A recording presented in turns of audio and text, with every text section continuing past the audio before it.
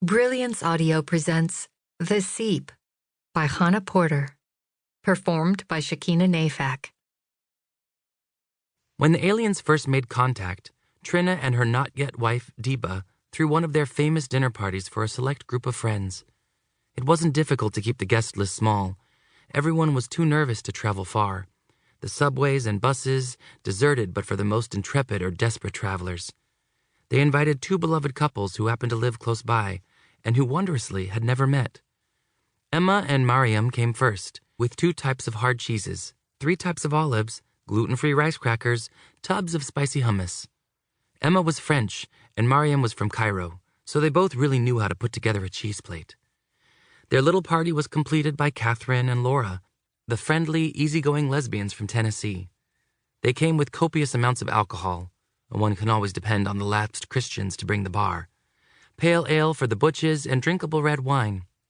Introductions were made, drinks were poured, cheese and olives exclaimed over.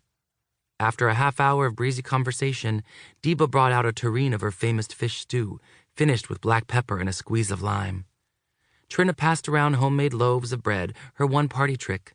It was so easy to make, and yet everyone thought she was a magician for adding yeast to water to flour and waiting. The women sopped fragrant soup with crusty bread. A generous feeling swirled around them like a melody, like a scent, the essence of a perfect dinner party. How have we never met before? They asked again and again, but what they were really saying was, how have I only just begun to love you?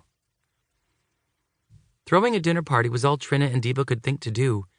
They had already filled the bathtub with clean water and made sure all of their flashlights had new batteries. They kept checking their most reliable sources on Twitter, as well as Al Jazeera, the New York Times, The Guardian.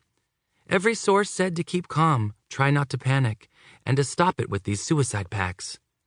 Unbelievable, the newscasters kept saying. It's unbelievable. That word had been ringing in Trina's head all day. But what was believable about this world, about her government, about what they were doing to the planet and each other? Furthermore, what did Trina believe in with total certainty?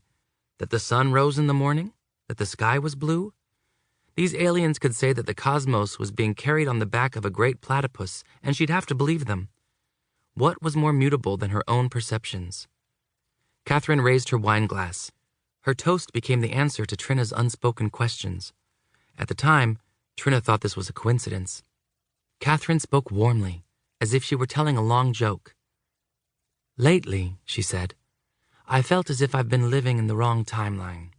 I've become numb, like I'm watching my own life as a movie. That is, when I'm not filled with rage or tremendous grief or crippling depression.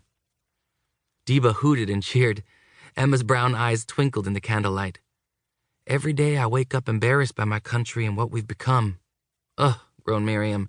She took on the tone of a newscaster. Now more than ever in these trying times, Trina laughed and slapped the table. Let her finish, chided Diba. Catherine cleared her throat. As I was saying, I'm embarrassed by what we've become, and by what we have always been and have never addressed. Hear, hear, said Emma, raising her glass. But tonight, Catherine continued, looking at your beautiful faces, I can finally, safely say that I have no idea what's coming.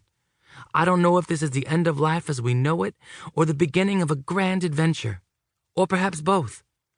All I have is my uncertainty, and really that's all I ever had. Everything else was a lie. She took a long swallow from her glass. So cheers, babes, to tonight.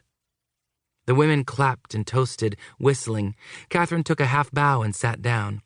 Laura slung an arm around her wife and grinned. Trina looked across the table at Diba's round, brown face. Her cheeks were warm with wine, as pink as the inside of a rose. I know that I love you, thought Trina, and that's enough for me.